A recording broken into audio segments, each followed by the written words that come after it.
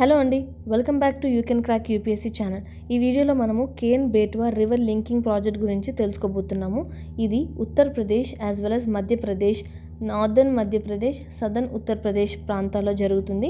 ఈ ప్రాంతాన్నే మనము బుందేల్ఖండ్ రీజియన్ అని అంటాము. అయితే ఈ ప్రాజెక్ట్ అనేది ప్రభుత్వం ఎందుకు చేపడుతుంది, దీని యొక్క ప్రోస్ ఏంటి, కాన్స్ ఏంటి, అలాగే గోండు, కోలు ఇలాగా గిరిజన ప్రజలు అనేవాళ్ళు ఈ ప్రాజెక్ట్కి వ్యతిరేకంగా నిరసనలు ప్రదర్శిస్తున్నారు ఎందుకు, అలాగే ఈ ప్రాజెక్ట్ వల్ల పర్యావరణపై, ఎన్విరాన్మెంట్పై ఎలాంటి ఇంపాక్ట్ ఉంటుందో మనము డీటెయిల్గా ఈ వీడియోలో తెలుసుకోవడానికి ట్రై చేద్దాం. ముందుగా మనము అసలు రివర్ లింకింగ్ అంటే ఏంటో తెలుసుకుందాం. రివర్ లింకింగ్ అంటే ఏ ప్రాంతంలో అయితే ఎక్కువ వాటర్ ఉంటుందో ఆ వాటర్ని వేరే ప్రాంతం, అంటే ఎక్కడైతే తక్కువ వాటర్ ఉంటుందంటే వాటర్ డెఫిసిట్ తక్కువగా ఉన్న ప్రాంతానికి తరలించడమే రివర్ లింకింగ్ ప్రాజెక్ట్ అని అంటాము. అంటే వాటర్ సర్ప్లస్ అంటే మనం యూస్ చేసుకొని ఇంకా అక్కడ ఆ ప్రాంతంలో వాటర్ ఉంటుంది కదా, దాని వాటర్ సర్ప్లస్, ఇంకా మిగిలింది ఆ వాటర్ని మనము వాటర్ లేని ప్రాంతాల్లో తరలించడమే మనము రివర్ లింకింగ్ ప్రాజెక్ట్ అని అంటాం.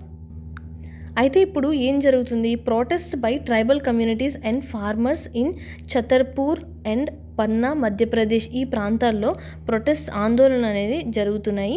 అయితే ఈ ఆందోళన దేనికి సంబంధించిందంటే ఇన్అడిక్వేట్ రిహాబిలిటేషన్, వాళ్ళకి ప్రాపర్గా రిహాబిలిటేషన్ ప్రొవైడ్ చేయలేనందుకు, as well as fair compensation అనేది వాళ్ళకి ఇవ్వలేనందుకు, and exclusion of eligible families, ఎవరైతే ఎలిజిబుల్ ఫ్యామిలీస్ ఉన్నారో వాళ్ళని ఈ రిహాబిలిటేషన్ ఆర్ కాంపెన్సేషన్ లిస్ట్లో ఎక్స్క్లూడ్ చేసినందుకు, మరియు loss of livelihoods and traditional rights, వాళ్ళ యొక్క ల్యాండ్ రైట్స్, వాళ్ళ యొక్క లైవ్లీహుడ్స్ కోల్పోతున్నందుకు, as well traditional land rights కూడా వాళ్ళ హక్కులు అనేది వాళ్ళు కోల్పోతున్నందుకు ఈ ప్రొటెస్ట్ అనేవి జరుగుతుంది. అయితే ఈ ఆందోళన పేరు చిత ఆందోళన్ అంటే సింబాలికలీ లేయింగ్ ఆన్ ఫునరల్ పాయర్, అంటే బ్రతికుండగానే చితి పైన పడుకోవడాన్ని మనము చిత ఆందోళన అని అంటాము. అక్కడ ఉన్న ప్రజలు వాటర్ పైన లేదా భూమి పైన వాళ్ళు బ్రతికుండగానే ఇలా చితి పైన పడుకొని వాళ్ళ యొక్క నిరసనలు అనేది ప్రభుత్వానికి తెలియపరుస్తున్నారు. ఎందుకంటే ఈ ప్రాజెక్ట్ వల్ల వాళ్ళు జీవనోపాధులు కోల్పోతున్నారు, అలాగే విలేజెస్ అనేవి లాస్ట్ అయిపోతున్నాయి, కొన్ని విలేజెస్ అనేవి సబ్మర్జ్ అయిపోతాయి ఈ ప్రాజెక్ట్ కనుక ఫుల్లీ ఇంప్లిమెంట్ అయితే. మరి ఇన్ని ప్రొటెస్టులు జరుగుతుంటే మరి ప్రభుత్వం ఎందుకు ఈ ప్రాజెక్ట్ని చేపడుతుంది, దీనికి సమాధానం మనం తెలుసుకోవాలంటే ముందుగా మనము బుందేల్ఖండ్ రీజియన్ గురించి జోగ్రఫీ కొంచెమైనా తెలుసుకోవాలి. ఈ బుందేల్ఖండ్ రీజియన్ అనేది బిట్వీన్ రెండు రాష్ట్రాల మధ్యలో, ఏదైతే ఎంపీ మధ్యప్రదేశ్ ఉందో ఉత్తరప్రదేశ్, ఈ రెండు రాష్ట్రాల మధ్యలో ఉన్న semi arid plateau divided region అనమాట. అంటే ఈ రీజియన్ అనేది సెమీ యారిడ్ అంటే మనం కంప్లీట్గా డిజర్ట్ కంప్లీట్గా ఎడారి ఎండిపోయింది ఉంటుంది, అక్కడ మనకి వాటర్ అవైలబిలిటీ అనేది వెరీ లో.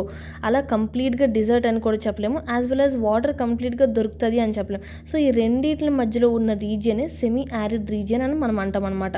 సో ఈ బుందేల్ఖండ్ రీజియన్ అనేది సెమీ యారిడ్ రీజియన్.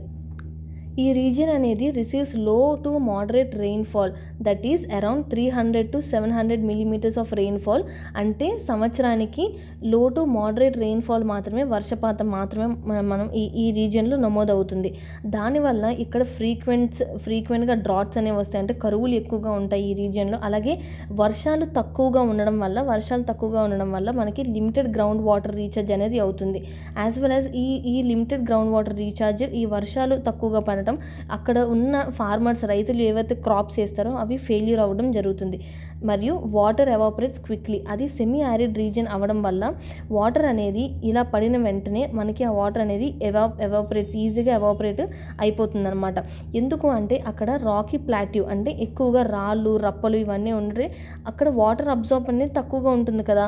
ఇప్పుడు మట్టి ఎక్కడైతే ఎక్కువగా ఉంటుందో వాటర్ పడినప్పుడు అక్కడ అబ్జార్ప్షన్ లెవెల్స్ అనేవి ఎక్కువగా ఉంటాయి. కానీ ఈ బుందేల్ఖండ్ రీజియన్లో రాకీ ప్లాట్యూ అవ్వడం వల్ల వాటర్ ఆ రాళ్ళపైన పడిన వెంటనే అది రన్ ఆఫ్ అయిపోతుంది, అంటే ఇలాగా అది వృధాగా వెళ్ళిపోతుంది తప్ప అక్కడ ఉన్న గ్రౌండ్ని అది ఎట్టి పరిస్థితుల్లో రీఛార్జ్ చేయదు. ఒకవేళ రీఛార్జ్ ఉన్నా సరే అది వెరీ లిమిటెడ్గా గ్రౌండ్ వాటర్ రీఛార్జ్ చేసి లిమిటెడ్ గ్రౌండ్ వాటర్ అవైలబిలిటీ అనేది ఉంచుతుంది. So Rocky plateau that leads to rain water runs of, rain water అనేది వృధాగా పోతుంది.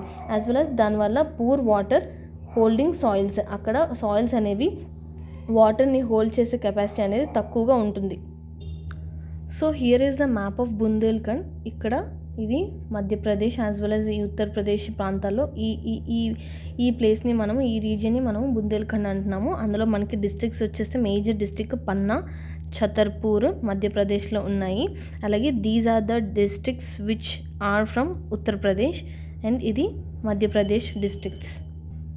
సో ఇక్కడ Ken basin has relatively higher water availability. Ken బేసిన్లో మనకి రిలేటివ్గా హయ్యర్ వాటర్ అంటే వాటర్ సర్ప్లస్ అనేది ఉంటుంది. బేట్వా బేసిన్ అలాగే ఈ బుందేల్ఖండ్ రీజియన్ ఏదైతే ఉందో సెమీ యారిడ్ రీజియన్, ఈ రీజియన్కి ఈ కేన్ వాటర్ని సప్లై చేస్తే అప్పుడు వాటర్ స్కేర్సిటీ అనేది మనకి తగ్గడం జరుగుతుంది. అలాగే ఇక్కడ మనం ఒకసారి రివర్స్ గురించి చూసుకుంటే కనుక ఈ Ken river as well as ఈ బేట్వా రివర్ ఏదైతే ఉన్నాయో ఈ రెండు కూడా ట్రిబ్యూటరీస్ ఆఫ్ యమునా. అది right bank tributaries of Yamuna, not Ganga, Godavari. ఇలా ఎగ్జామినర్ కన్ఫ్యూజన్ చేస్తారు. So tributaries of Yamuna. అయితే ఈ కేన్ రివర్ అనేది ఎక్కడ ఒరిజిన్ అవుతుంది? కైమూర్ హిల్స్లో మధ్యప్రదేశ్లో ఈ కేన్ రివర్ యొక్క ఒరిజిన్ అనేది ఉంది. అలాగే బేట్వా రివర్ రాయ్సేన్ డిస్ట్రిక్ట్ మధ్యప్రదేశ్. ఈ రెండు కూడా వింధ్య పర్వత ప్రాంతాలకి చెందిన రివర్స్ అనమాట. Kaimur hills that is Ken river originate అవుతుంది.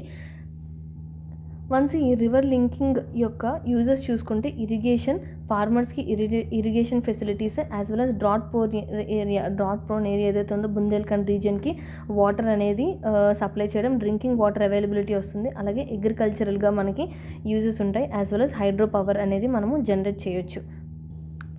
Here is the map of 2 reverse. ఇక్కడ కేన్ రివర్ అనేది ఉంది. ఈ రివర్ని మనము బేట్వా రివర్కి లింక్ చేస్తాం అనమాట. Here is the Betwa river. అయితే ఇక్కడ మనకి కేన్ రివర్ దగ్గర ఏ డ్యామ్ ఉందో నాకు కమెంట్ సెక్షన్లో చెప్పండి.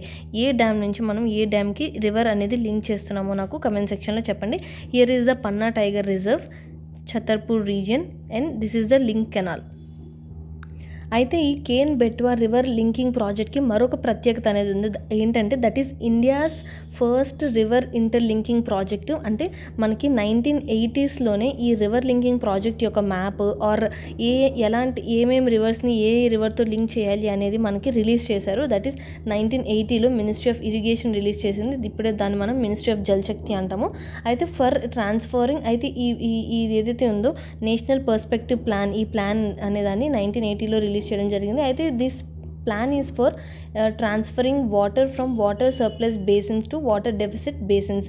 ఎక్కడైతే నీరు ఎక్కువగా ఉంటుందో ఆ ఏరియా నుంచి ఎక్కడైతే నీరు తక్కువగా ఉంటుందో ఆ ఏరియాకి మనము వాటర్ ట్రాన్స్ఫర్ చేయడాన్ని మనము నేషనల్ పర్స్పెక్టివ్ ప్లాన్ అని అంటాము. ఇది ఎప్పుడు రిలీజ్ చేశారు అంటే 1980. So under national perspective plan the national water development agency అనేది మనకి ఉంది. నాకు కమెంట్స్లో చెప్పండి, ఈ ఏజెన్సీ అనేది స్టాట్యూటరీ బాడీయా ఆర్ కాన్స్టిట్యూషనల్ బాడీయా, and what is the difference between statutory body as well as constitutional body. So ఈ national water development agency identified 30 links అనేది అది ఐడెంటిఫై చేసింది. ఆ 30లో మనకి 16 అనేది పెనిన్సులర్ రివర్స్ నుంచి యాజ్ వెల్ as 14 అనేది హిమాలయన్ రివర్స్ నుంచి ఐడెంటిఫై చేయడం జరిగింది. అయితే ఈ 30 లింక్స్లో కూడా ఈ కేన్ బేట్వా రివర్ లింక్ ప్రాజెక్ట్ అనేది కూడా ఫస్ట్ ప్రాజెక్ట్ అనమాట under national perspective plan. So ఇది ఎవరు ఇంప్లిమెంట్ చేస్తారు అంటే implemented by national water development agency. Next మనము ఈ ప్రాజెక్ట్ యొక్క ఇంపార్టెన్స్ చూసుకుంటే కనుక వాటర్ స్కేర్సిటీని అనేది తగ్గించి వాటర్ సెక్యూరిటీ అనేదాన్ని మనకి ఇంప్రూవ్ చేస్తుంది బుందేల్ఖండ్ రీజియన్లో. దీనివల్ల మనకి కరువు ప్రాంతం ఏదైతే ఉంటుందో అది కరువులు అనేవి మిటిగేట్ చేయొచ్చు, కరువుని మనము అవాయిడ్ చేయొచ్చు. యాజ్ వెల్ యాజ్ మనకి drinking water availability to Bundelkhand region పీపుల్కి అవైలబిలిటీ అనేది వస్తుంది. అండ్ అగ్రికల్చర్గా మనకి చాలా ఉపయోగాలు చేస్తుంది అనమాట ఈ ప్రాజెక్ట్ అనేది. సో దట్ అగ్రికల్చరల్ డెవలప్మెంట్ జరుగుతుంది ఆ ప్రాంతంలో. అండ్ క్రాప్ ఫెయిల్యూర్స్ ఏవైతే ఇప్పుడు తరచుగా అవుతున్నాయో బుందేల్ఖండ్ రీజియన్లో, అండ్ అక్కడున్న ఫార్మర్స్ అనేవాళ్ళు కంప్లీట్గా వర్షం పైన ఓన్లీ రెయిన్ వాటర్ పైనే ఆధారపడి ఉండాల్సి వస్తుంది అనమాట. సో ఈ ప్రాజెక్ట్ వల్ల మనం ఈ క్రాప్ ఫెయిల్యూర్ని మనం మిటిగేట్ చేయొచ్చు. యాజ్ వెల్ యాజ్ అక్కడ రూరల్ ఎంప్లాయ్మెంట్ అనేది జనరేట్ చేయొచ్చు. And we also have scope for generating hydropower or electricity generation through Ken Betwa river linking project. And దీని యొక్క మేజర్ ఛాలెంజెస్ చూసుకుంటే గనక మోర్ దెన్ ప్రాజెక్ట్స్ ఇంపార్టెన్స్ మనకి challenges అనేవి చాలా ఇంపార్టెంట్. ఎందుకంటే ఇది డైరెక్ట్గా ఆర్ ఇండైరెక్ట్గా ఎఫెక్ట్స్ పన్నా టైగర్ రిజర్వ్. మీకు తెలిసిందే కదా, మనకి సెంట్రల్ గవర్నమెంట్ అనేది టైగర్ని కాపాడడానికి మనకి ప్రాజెక్ట్ రన్ చేస్తుంది. As well as it effects this project effects Panna tiger reserve. So ఈ రెండు కూడా కాన్ఫ్లిక్ట్ అవుతున్నాయి. ఒక పక్క సెంటర్ అనేది టైగర్ని కాపాడడానికి చూస్తుంది, కానీ ఇలాంటి ప్రాజెక్ట్స్ వల్ల ఇక్కడ టైగర్ కన్జర్వేషన్ ప్రాజెక్ట్స్కి అనేది పర్పస్ని డిఫీట్ చేసేటట్టు అవుతుందన్నమాట. సో ఎన్వైరన్మెంటల్ ఛాలెంజెస్ ఉన్నాయి. అవి ఏంటంటే effects Panna tiger reserve and submergence of forest land అనేది అందులో ఈ ప్రాజెక్ట్లో సబ్మర్జ్ అవ్వడం. ఈ సబ్మర్జెన్స్ వల్ల మనకి habitat loss for wildlife, అంటే ఎగ్జాంపుల్ టైగర్ కానీ వల్చర్స్ కానీ వాటి యొక్క హ్యాబిటాట్ అంటే ఇప్పుడు మనం ఉంటున్నాం కదా, అడ్రస్ ఆఫ్ అవర్ హోమ్ అంటే ఏం చెప్తాం, దిస్ ఈజ్ అవర్ అడ్రస్ అని అంటాం కదా. సో అలానే వైల్డ్ లైఫ్ కూడా వాళ్ళ యొక్క హోమ్ అడ్రస్ అనేది ఉంటుంది. ఎప్పుడు వాళ్ళు ఎంత దూరం ప్రయాణించినా సరే వాళ్ళు అదే సేమ్ ప్లేస్కి మళ్ళీ వచ్చి ఉంటారనమాట. సో ఆ హ్యాబిటాట్ లాస్ అనేది జరుగుతుంది. మీరు రీసెంట్గా చూసే ఉంటారు కదా, హైదరాబాద్లోని సెంట్రల్ యూనివర్సిటీలోని కొన్ని లక్షల చెట్లు కొట్టేసినప్పుడు అక్కడ పికాక్స్, అక్కడ నివసిస్తున్న ఏవైతే డీర్స్ ఉన్నాయి ఇవన్నీ కూడా రోడ్లపైకి వచ్చేయడం జరిగింది, ఇన్ బిట్వీన్ పీపుల్ పైన వచ్చేయడం జరిగింది. ఎందుకంటే వాళ్ళకి ఎటు వెళ్ళాలో తెలియక. సో వాళ్ళ కంప్లీట్ హోమ్ అనేది డిస్ట్రాయ్ చేసినట్టు అవుతుంది. సో వాళ్ళకి హ్యాబిటాట్ లాస్ అనేది జరుగుతుందన్నమాట. So this is the biggest challenge of this project. And next one is hydrological debate. అంటే debate over whether the Ken river truly has surplus water. అంటే Ken river ఎప్పుడు కూడా సర్ప్లస్ వాటర్తోనే ఉంటుందా? ఈ క్లైమేట్ చేంజ్ని చూస్తుంటే మనకి ఈ క్లైమేట్ చేంజ్ వల్ల మనకి వాటర్ అవైలబిలిటీ అనేది అప్ అండ్ డౌన్ అవ్వడం జరుగుతుంది. For example climate change May Ultra river flows. ఈ క్లైమేట్ చేంజ్ వల్ల రివర్ ఫ్లో అనేది అల్టర్ అవ్వచ్చు. సో ఇక్కడ డిబేట్ ఏంటంటే కంప్లీట్గా ఇది యాన్యువల్ మొత్తం మీద వాటర్ సర్ప్లస్ రీజియన్ అని మనం కంప్లీట్గా చెప్పలేం కదా. So that is the major debate of for hydrological over whether Kane river truly has surplus water or not. Alage socially we are facing displacement of villages, rehabilitation and compensation issues.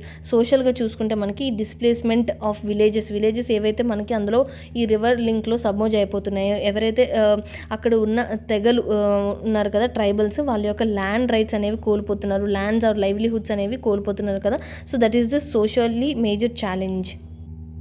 ఫైనల్గా మనము constitutional basis చూసుకుంటే కనుక ఇది we can say like this, like it is a clash between fundamental rights versus direct principles of state policy. Fundamental right, for example, under Article 21 ఏం చెప్తుందంటే right to life or right to livelihood, right to lives అని Article 21 చెప్తుండగా, అలాగే డిపిఎస్పిలో మనకి direct principle of state పాలసీలో under Article 48A ఏం చెప్తుందంటే ప్రొటెక్షన్ ఆఫ్ ఎన్విరాన్మెంట్. అలాగే another article of DPSP that is 39 Clause B, material resources of the community should be distributed to serve the common good. ఇక్కడ అదే కదా అవుతుంది, material resource అంటే ఏదైతే వాటర్ ఉందో ఇది అందరికీ కూడా అందవలసింది కదా వాటర్ అనేది. సో ఈ మెటీరియల్ రీసోర్స్ ఏదైతే ఉందో షుడ్ బి డిస్ట్రిబ్యూట్ చేయడం జరుగుతుంది. ఎక్కడైతే వాటర్ సర్ప్లస్ రీజియన్ నుంచి మనకి వాటర్ డెఫిసిట్ ఉన్న రీజియన్కి ట్రాన్స్ఫర్ చేయడం జరుగుతుంది. Why we're transferring? Because to serve the common good. So that is mention under Article 39 Clause B. As well as మనకి ఫండమెంటల్ డ్యూటీలో Article 51A Clause G, duty to protect environment కూడా ఇది మనకి under fundamental డ్యూటీకి కిందకి వస్తుంది అనమాట. So you can revision articles as well as DPSPs once and also revise project tiger. And ఒకసారి మనం వాటర్ కనుక చూసుకుంటే వాటర్ అనేది స్టేట్ లిస్ట్లోకి వస్తుంది, that is entry number 17. As well as entry number 56 వచ్చేసి మనకి యూనియన్ లిస్ట్. ఇందులో మనం ఏముందంటే parliament can regulate or develop interstate rivers for public interest. So that's all for today. I hope you have understood. మీకు ఎలాంటి questions ఉన్నా you are free to comment in comment section. Thank you for watching. Remember, you can crack UPSC.